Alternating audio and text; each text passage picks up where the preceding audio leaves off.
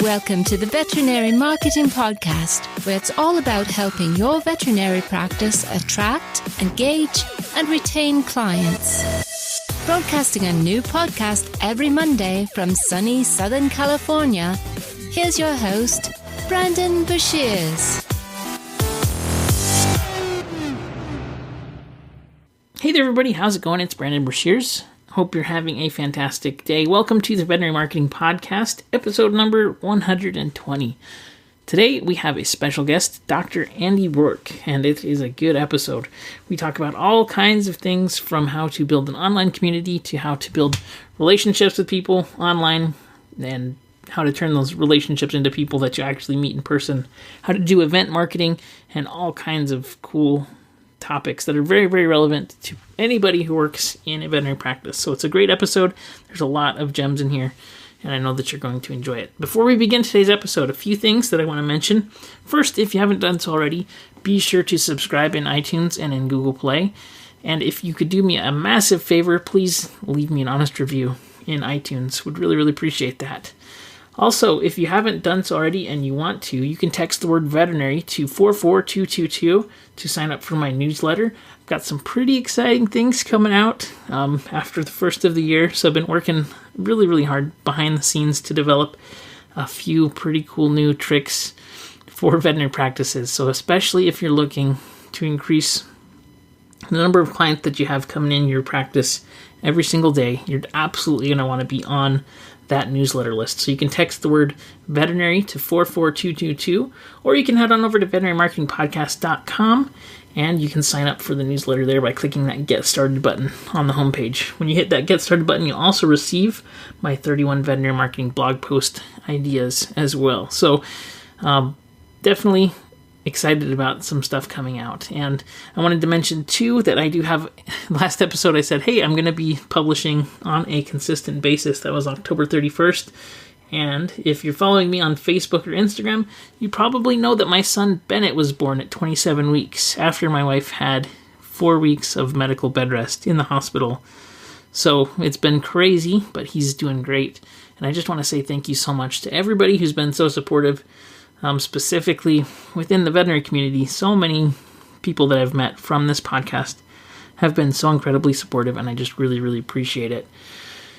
So I just wanted to say thank you, and it's definitely been a hard time, but I've got a bunch of great content coming out for you.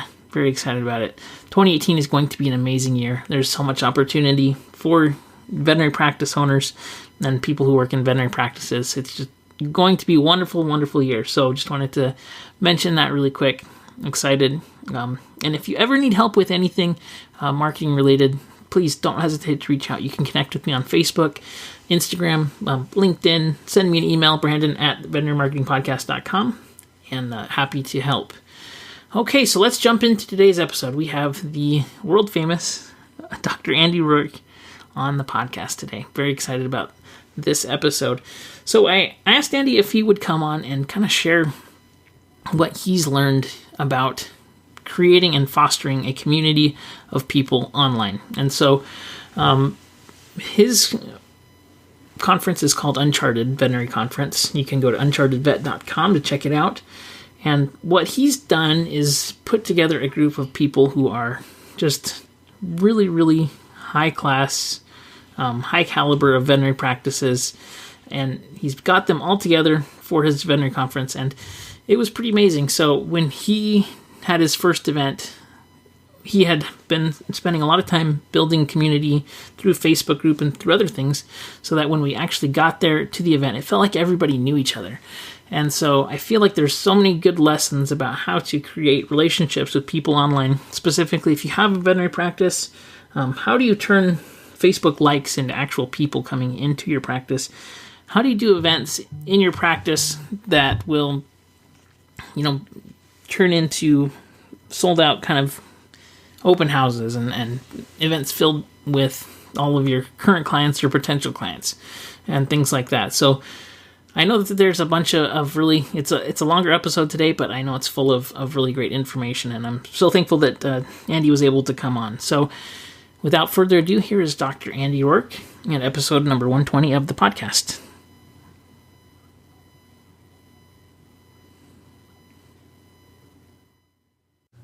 All right, so on today's podcast, we have Dr. Andy Roark, world famous Dr. Andy Roark, world traveler, world speaker, and veterinarian extraordinaire. And first off, thank you so much. The second time on the podcast. Congratulations. Just kidding. Congratulations to me. But thank you for being on the podcast, man. I really appreciate it. And just thanks for coming on. I just really appreciate it, man.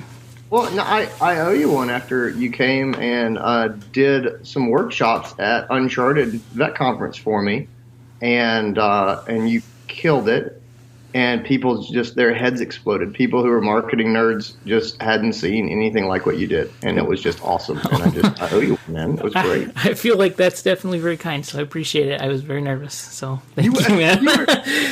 You were awesome. You were awesome. Like, you hadn't done a lot of lecturing at the time, but you and I are friends, and I have complete faith in you, and I know that your knowledge is amazing, and the feedback was great, and you were really fantastic, and just the community was better for having you there, and people loved what you did.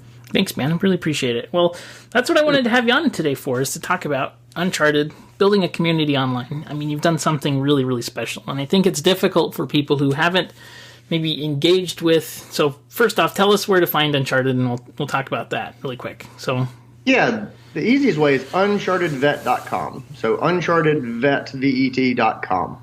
If you go to Uncharted, you'll get like a bunch of video game stuff. So unchartedvet.com, and you'll kind of see what's there. So we got was tinkered around and made this little like cartoon explainer video that's kind of right there at the top, and I think it does a pretty good job of walking through what Uncharted is. Sure. So for people who haven't heard of it, it is a veterinary conference that's unlike any other veterinary conference. And I haven't been to too many conferences.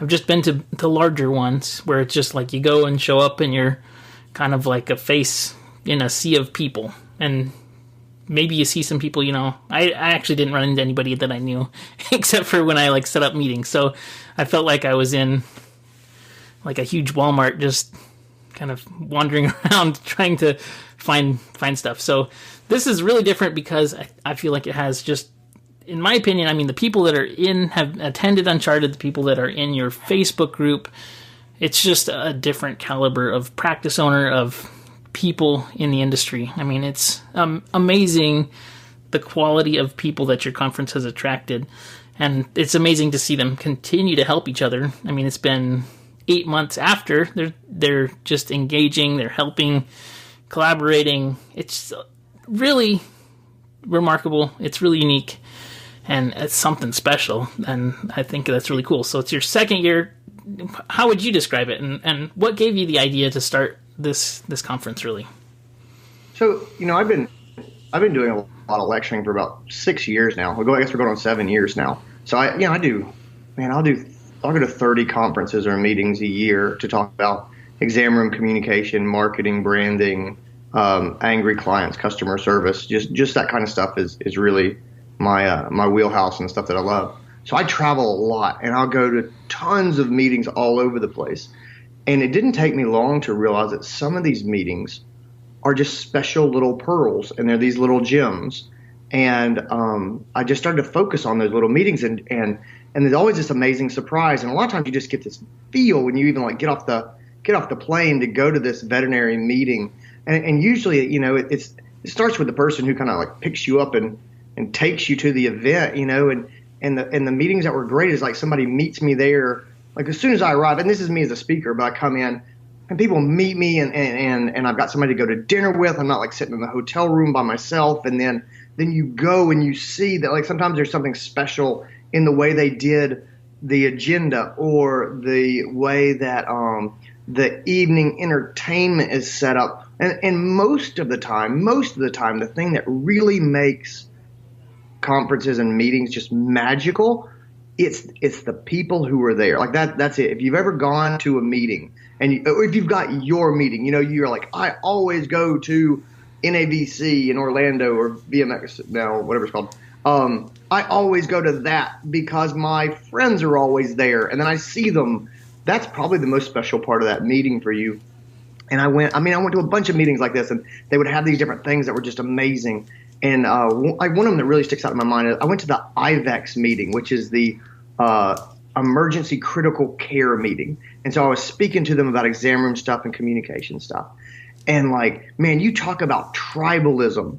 Like nobody does it more than IVEX, except maybe now Uncharted. But like these people are just like, they have the same experiences. These are all the people who stay awake all night long. You know what I mean? And they're like, I think they feel marginalized at a lot of conferences where they go and everybody's talking about doing vaccines and heartworm tests and you know, just wellness stuff and handling, you know, recheck appointments and stuff. And they're like, that's not our world at all. And so when they all get together, I think the kinship there was just incredible. And I just remember the energy in the air. And it wasn't even like I wasn't sure I necessarily even did that good a job. I tried to, you know, I talked to those guys and I talked about what I really liked, but I just remember like, it wasn't like one of those things where I was going, man, I really felt like I had this great presentation. I think my presentation when there was good and fine. But I was just in awe of I go back to the word tribalism around me. And I was just like, man, and it stuck with me for years. And so finally I came to this point where I was like, you know what? I think I know where the magic comes from. I know enough of the things that really set these meetings off, and I know what really makes them go. And so I wanted to try my hand at creating that kind of magic. And that tribalism was just like a central tenet for me. And so when we started out with Uncharted, I wanted to make this. I wanted to make a conference that had all the best stuff from other conferences that I really loved. And then my wife is really into pedagogy, which is like the science of teaching. And so I really wanted to weave that in. And I was like, you know, small class size, active learning, skill-based training, all of that kind of stuff that you don't see other places. You just want to kind of infuse all that stuff together. And so I was rolling that stuff around, and I came up with Uncharted, what this live event would be like in March. And it's marketing and strategy. You know, the IVEX thing works because all those people have this shared experience and this shared like passion of like, I want to grow my practice. I want to grow my business. I want to grow my brand. And I thought, you know what? I would rather have a little thing, like a small thing that is made up of people who have that passion, like that it's like tightness in your chest when you're like, I have got to grow and do this and make this happen. And just the idea of stagnating is just toxic to you. Like those people exist. And obviously probably a lot of them listen to your podcast because they're expanding their mind and they're growing what they're doing. And I was like, I would rather have something small that has just those people. And I think that we can recreate the tribalism that I saw other places where it's like, we are in this together. We all have this shared experience and passion, and other people might not even understand us, and we are fine with that because this is our thing. And so I really set out with that. And the other piece of it was I know that the best conferences I ever go to are the ones where I get there and I know people. And so we started a community around this. So whenever you would register for the conference, we would put people into our Facebook group, and we had this private Facebook group. And at first we just started out just chatting and asking questions, but then we ended up, you know, you just service the wants and desires of your members. And like, we ended up with a book club, and we have these coaching sessions. We have these office hours, just all this stuff, and there's no charge for it. Like once you're in the group, so just put it together. And the other thing is the people who will like sign up and buy that plane ticket to go to a veterinary marketing conference, a veterinary strategy business growing conference, and they'll cut the check and they'll invest their time and they'll invest their resources. That's a special type of people. And those people, what we learned was that those are not the negative people. We don't attract cynical people who are like, oh, this profession was better off 20 years ago. Those people don't want to come. They don't want to be a part of what we're doing. And that's awesome because we have this, just everybody is gung-ho. People who are buying a practice, they're buying a second practice and a third practice. And the stuff that I'm learning is like, people talk all the time about how vet medicine is oh, it's a terrible business, and oh, you can't make any money. You should have gone to dental school, and oh, this profession's in the toilet. The truth is there is a good subset of veterinarians out there and practice managers and practice owners who are doing really well, and they enjoy this profession and they are happy. And they just don't say anything, because you don't want to be the one guy when everybody else is crapping on something to be like, pardon me, I'm actually making a good living and I really love it. I know you guys are all angry and unhappy, but I wanted you to just to know that about me. Like nobody says that. So there's this silent group people don't know. And I think that we have drawn a lot of that group together to people who are doing really well and they're having fun. And then it just feeds on itself. And so that community, that online community, grew out. And then in April, when everybody showed up at the event, it was our first conference, and it was like a family reunion. Like everybody, even you couldn't get registered because people were talking in front of the table, and and just excited to meet each other in person. And they just, Todd, you were there. I mean, we talked the whole time, all the social events at night, and we really just went all out. I mean, really focused on great food, because that's the thing that makes great conferences. You go there, the food's great, they take care of you. We had, vegan dishes, open bars, whenever we went out. And we got 5 restaurants and just did a progressive dinner at each one, open bar, appetizers, stuff like that. And just really went after making it the best event it could possibly be. And small workshop sizes, hands-on stuff. And I mean, people literally cried when it was over. And I kind of thought that, hey, we've done this now. People are going to be really excited for next year. And I kind of thought things would kind of quiet down in the online community. And it was just the opposite. After they knew each other and they talked to each other, there was really a lot of accountability and saying, hey, Brandon, you said you were going to be working on this. How's it going? Can I help you? What kind of headaches are you having? Oh, that's exactly what happened with us. Let me give you some insight, or let me give you some support, or let me send you the stuff that we put together that helped us. And it's just gone on and gotten – honestly, there's more engagement now 8 months after the live event than there was before the live event. And so now we're going into registration for next year. And, we've already got people – the people who were there this year were the first ones in for next year. And, the Facebook communities open up, and we're adding new stuff. I mean, just some support structures. We're going to be adding challenge sessions where we're really doing like 4 to 6 week deep dives on topics. I mean, we're really just laying that stuff in. So that's a long explanation of what Uncharted is and kind of how it got there. Very cool. Well, I totally agree with all of those points and the people that are there. It just is amazing to see the growth that's happening in the group. People reaching their 1-year goals that they set there already, which is so cool. And that's been amazing. Is people posting in the group saying, I wanted to grow my Facebook following to 2,500 people, and now we're at 3,500 before the end of the year. So far over our expectations. Or people are saying, I wanted to grow our, average clients per month by 10%, and we're at 22%. And you hear stuff like that, and you go, God, this is so great. This is amazing.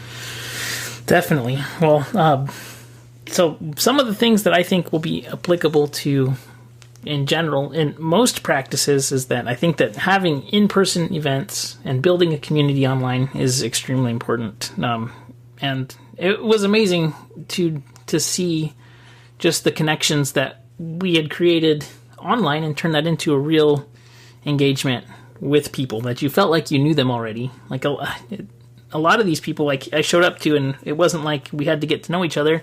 You already knew them, and so it's just like you're picking up from seeing them last week.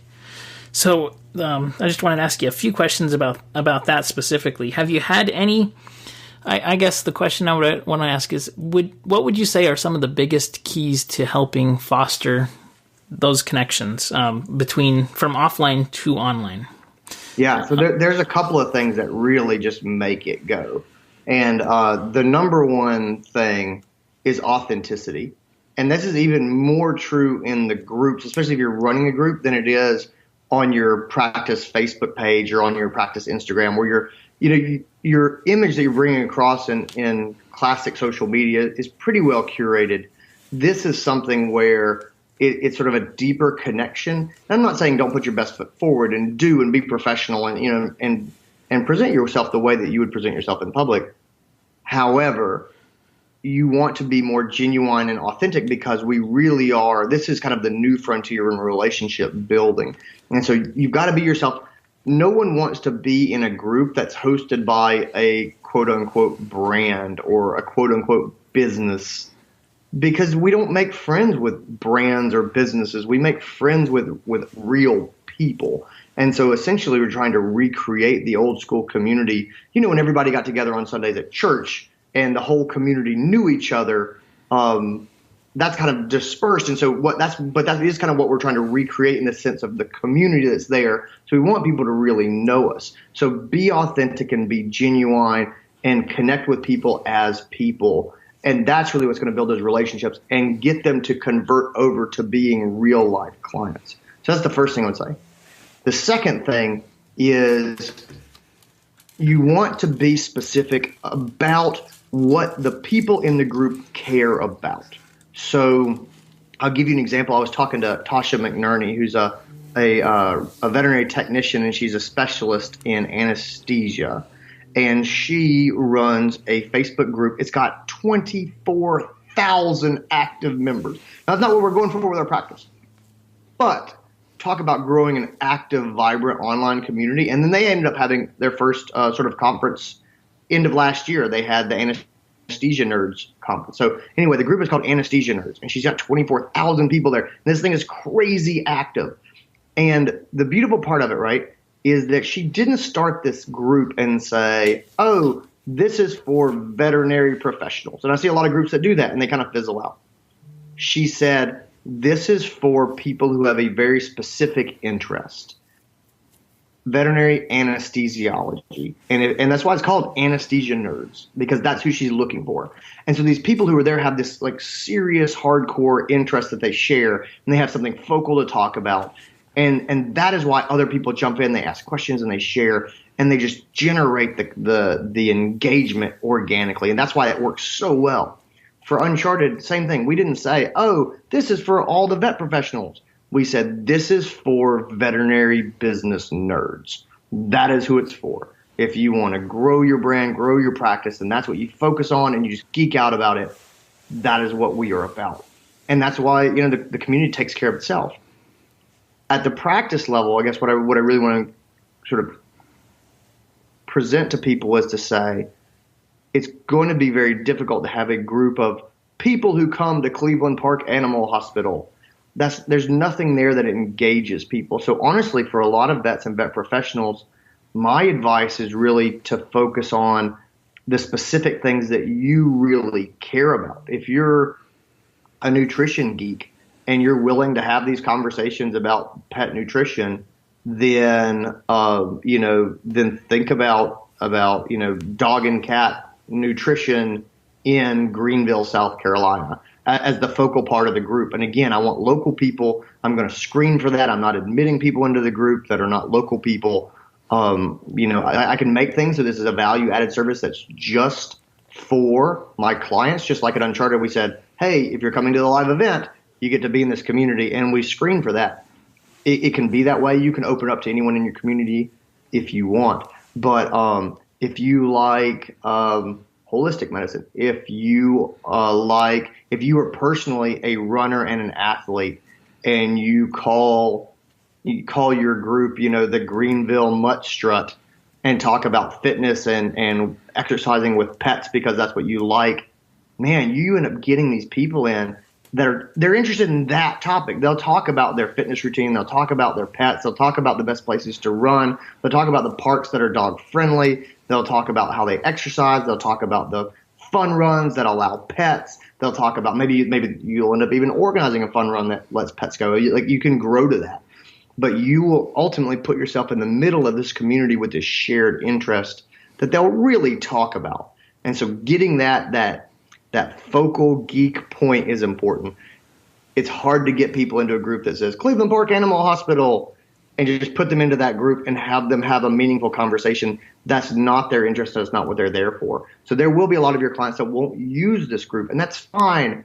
You're trying to grow your clientele with this group, and doing that, you target the people who have interests that match up with your interests. So if you're that fitness guru and you're going to have this group that really focuses on that, ultimately you're in a very good very good spot to attract people who have that same focus. And when they come, they're going to meet you, and you're going to be the same person live as you are online.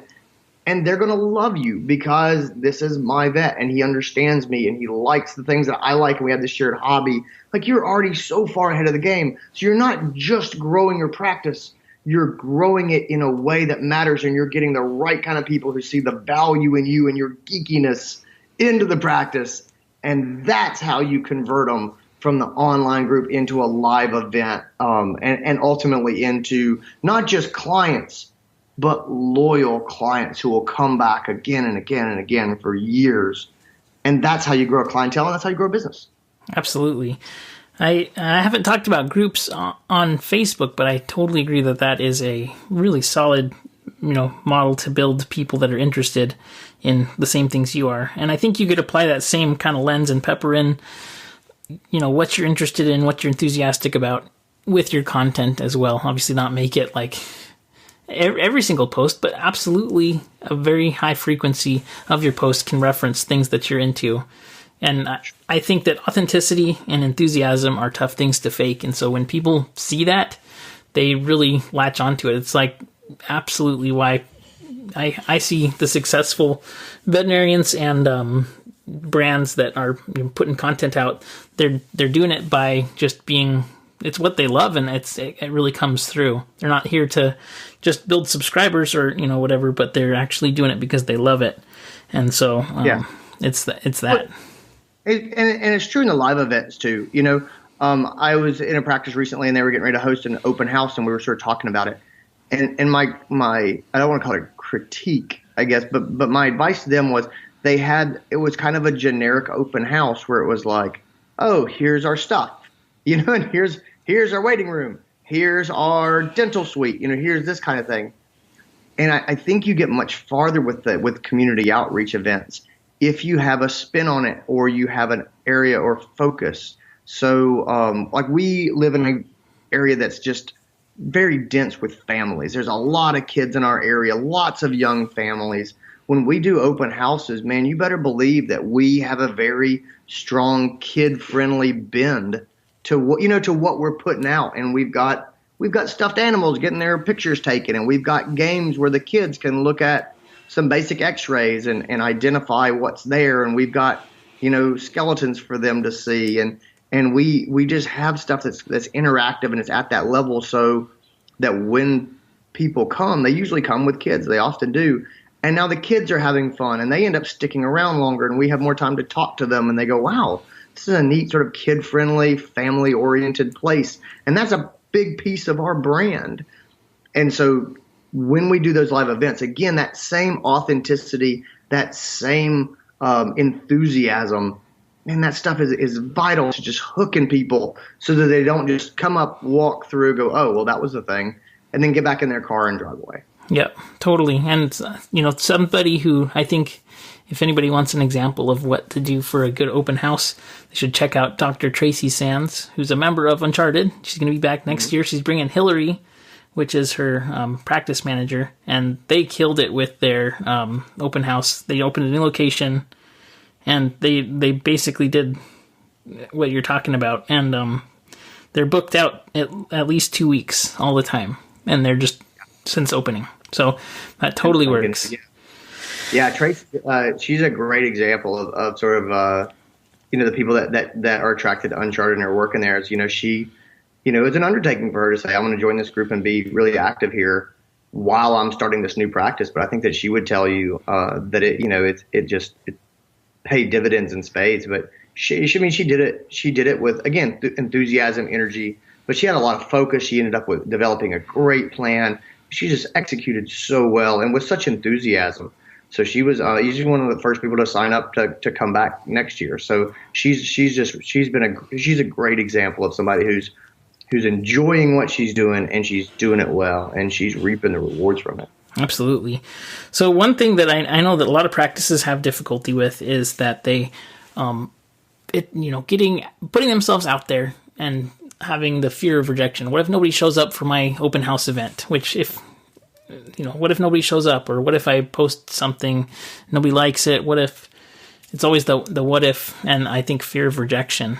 And so, having to be the guy that writes the check, and, it's not just, well, what if nobody shows up? It's, what if I put this deposit down for this hotel and all these rooms and equipment and all these things?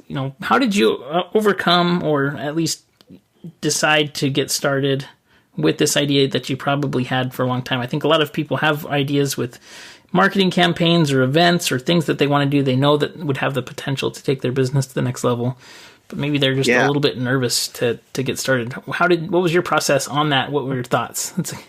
My process was like a lot of people's process, where I tried a thing and I just got my butt kicked, and it was, and I just got absolutely hammered a number of times. And then I realized, oh, this is the mistake that I'm making. And since then I've been safe. And what I want to do is I'll just tell you what the thing is that I learned, so that people don't have to get hammered like I did. But I am a huge believer when you're talking about something like this, like an open house, something you're talking about a lot of man hours, you're talking about a lot of time and energy, especially if you get something like Uncharted, like, oh man, I've got to put my own name on the hotel contract. And, it's painful to think about, what happens if people don't show up. It's, that stuff never leaves your mind, but that's what it's like just to be the boss. When you're responsible for payroll, you carry those stresses. You want to minimize the potential for this to go really, truly bad, as much as possible. And so there's a book called The Lean Startup that I like a lot. It's like a 200-page business book. It's one of those books that could be like 75 pages, and you would get it. But the takeaway that I really got out of there, and I learned this after trying some stuff and really going big and not having people kind of show up for it, is you got to pilot. If you're thinking about doing something big and you're saying, oh man, I'm going to have this community event, it's going to be huge, it's going to be great, and it's going to do all these things, don't start with that. Figure out how to do something small that can be scaled down, that that's efficient, that people will be interested in, that provides some value, just to test the water. And that way you're not renting space or doing other things. If you have an open house and you're like, oh man, or you're going to have a community outreach day and you go, oh man, our practice is not big enough for what we're going to do, there's no way.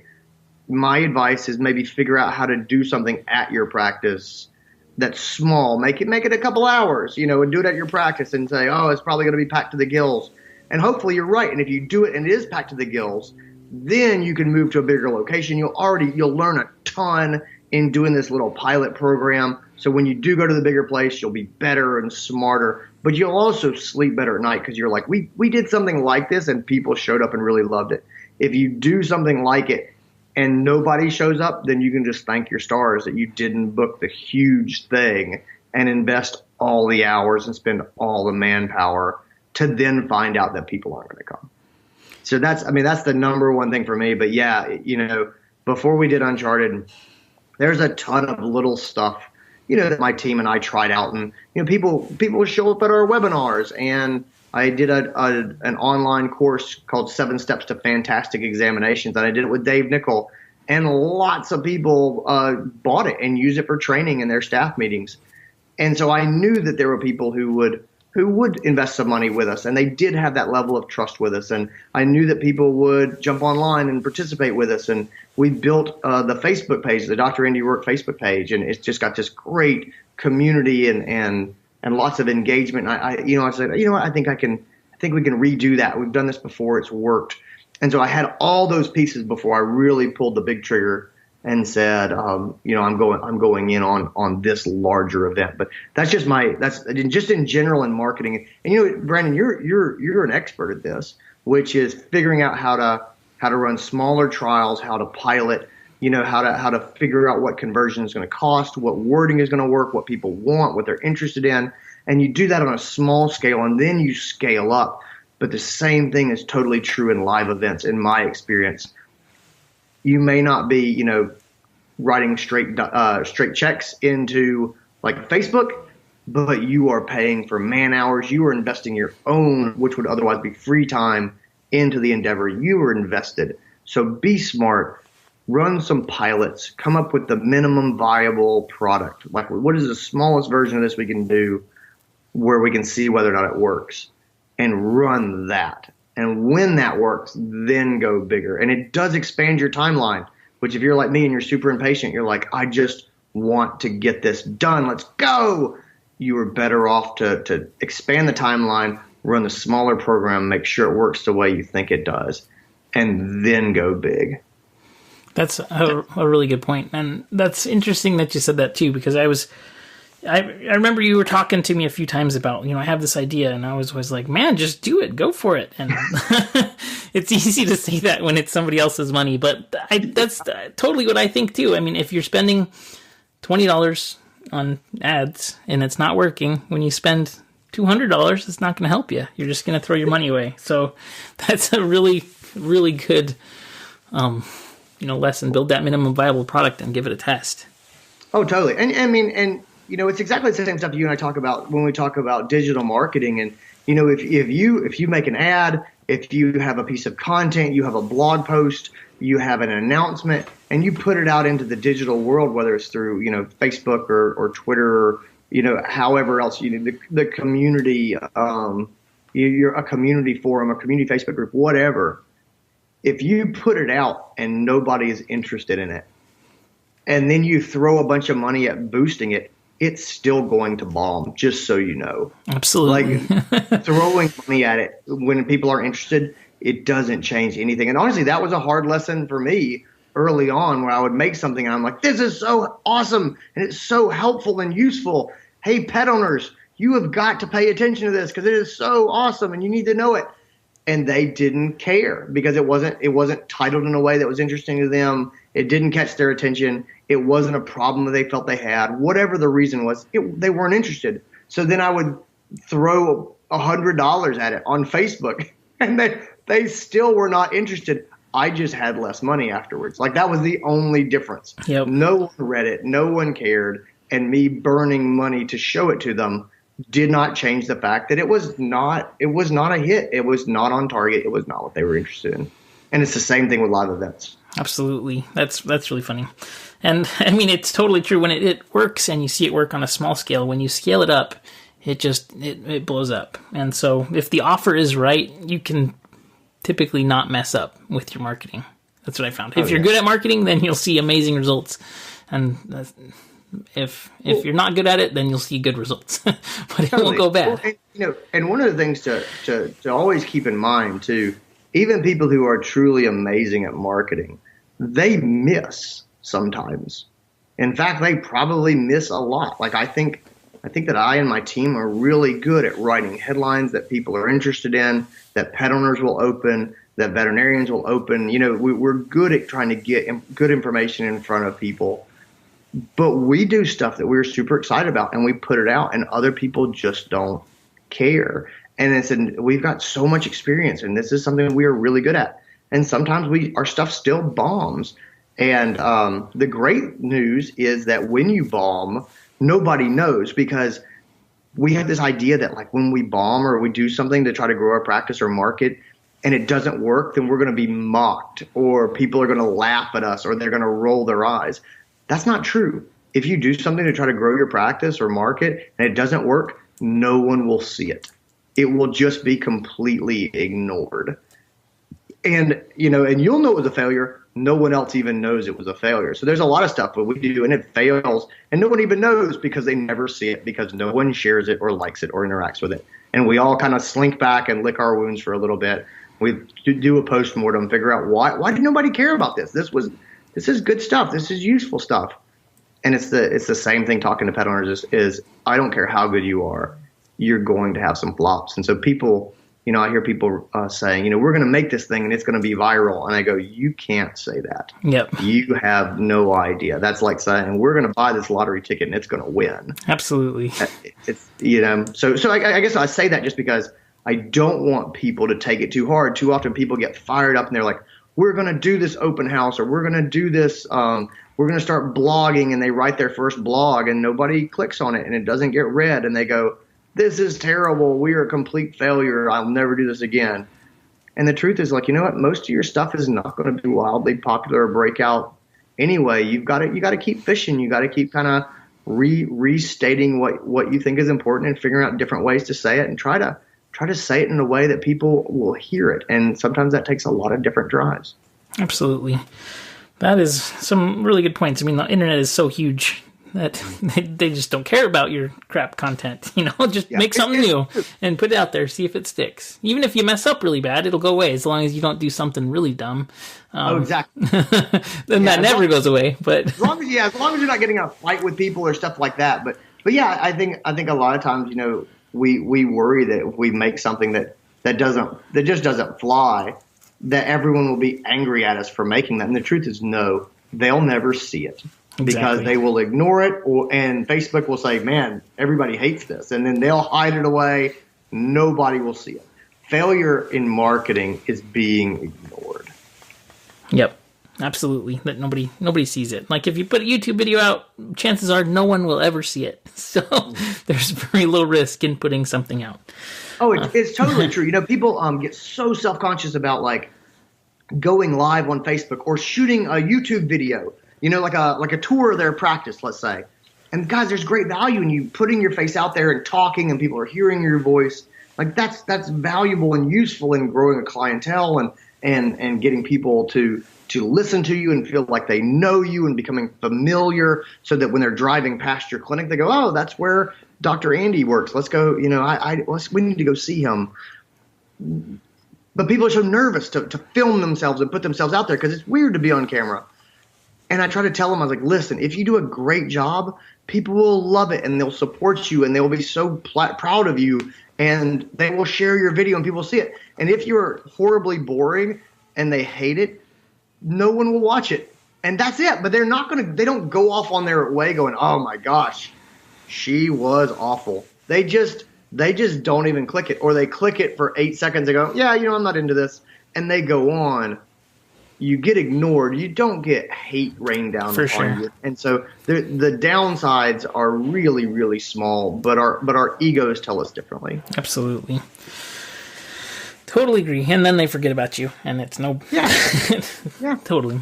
Well, that has been some really, really good insights into, a broad range of things. Do you have any last kind of main lessons, especially as you're going into it a second year? Any big takeaways, big insights, or just generally excited for next year, or anything that you've kind of learned from last year that you'll be adjusting? Yeah.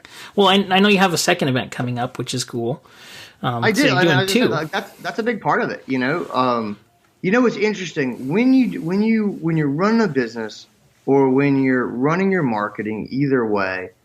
You got to listen to your customers. You've got to listen to the people who are there. You got to listen to your people, your staff, and hear what they say. And there's this weird line. I've been thinking about this a lot recently, where it's like, I think asking your clients what they want has very limited value, because I don't think that most customers know what they want. There's a classic quote from Henry Ford that was something along the lines of, to paraphrase, it was, if I asked people what they want, we'd all be riding faster horses. Yep. And I think that there's a lot of truth to that. So when you're trying to create things and try new things, listen to them for their feedback, and then you're the one who's going to have to innovate and come up with, let's try this and let's try that. And that's when you fall into your minimum viable product model, where you're like, oh, let's try this. How do I make it small and see if people like it before I really invest in it? But when you do make it, then you've got to fall back and you've got to take feedback. And so the stuff for Uncharted last year the feedback was just uniform. It was people saying, do not grow these events, having them small and intimate and everybody knows each other. That's the beauty. And then they were like, there's just not long enough. There was not enough time. And so this year, in order to try to keep up with the demand, we made a separate second event and kept the sizes the same. And then we added a day, and people seem pretty excited about it. I'm excited about it. We've got more space to work with. We're gonna, last year people got to do 2 workshops, and this year they're going to get to do 6. And so it's just growing out. But that was the big thing that I'm super excited about. Is sometimes you run the thing and it really works. And so you should celebrate, but you should also listen to what people say and how could it have been better? What did people like? What did they not like? And so that was really the big thing. That's what I'm super excited about this year is we're going to do 2 events instead of 1. The April event is our marketing and strategy. It's called Uncharted. And then in October, we've got our Uncharted GSD, which stands for Get Shit Done. It is time management, exam room communication, staff management, just execution on the ground.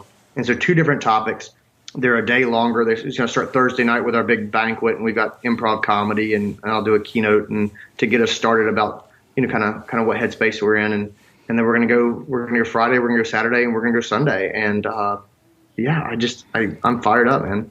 Awesome. Well, congrats on the first year. It was a huge success, and I'm sure the second year will be even better. You got amazing speakers coming up this year. So man. Very exciting. Where should they go to register? I'm sure you're almost sold out, so be sure to go quick if you're thinking about conference or continuing education. I would estimate that there are a few conferences that would give you a return on investment like this one. So we really set out from the very beginning to make it a conference that pays for itself. So return on investment is a big deal. Yep. We're more than halfway sold out. We've had registration open for about a month now, if you count the private openings for our members. So go to unchartedvet.com. You can check it out. Registration for both live events is open. And one other thing I'm super excited about this year is we're opening up just an online membership. So if you don't want to make the trips for the live events or you can't, you can join the online community. There's special webinars that are just for our members, the discussions, the book club, the challenge groups, all that kind of stuff. And then also there will be full video of both conferences that will go into our online school and our online members can see. It's a much lower price just to get the online membership, but we are really loading that up, and that's going to be something that we're going to continue to develop. So check that as well. So we've got 3 different options, and also we've got it broken out so you can do monthly payments if you want to make it super easy on the practice income. So anyway, that's all the stuff we got laid out. Check it out, unchartedvet.com. Solid. Well, thank you so much for your time, Andy, and really appreciate it. My pleasure. All right, so I hope that you enjoyed today's episode. I really had a great time speaking with Andy. Be sure to go out and check out Uncharted Veterinary Conference. If it's at all possible, I can't recommend this conference enough. So absolutely suggest that you go if possible. I know that the ROI will be tremendous for you and anybody in your practice that you send. So just wanted to mention that. As always, if you have any questions, comments, need help with anything, please don't hesitate to reach out, and we will see you on the next episode. Have a fantastic day.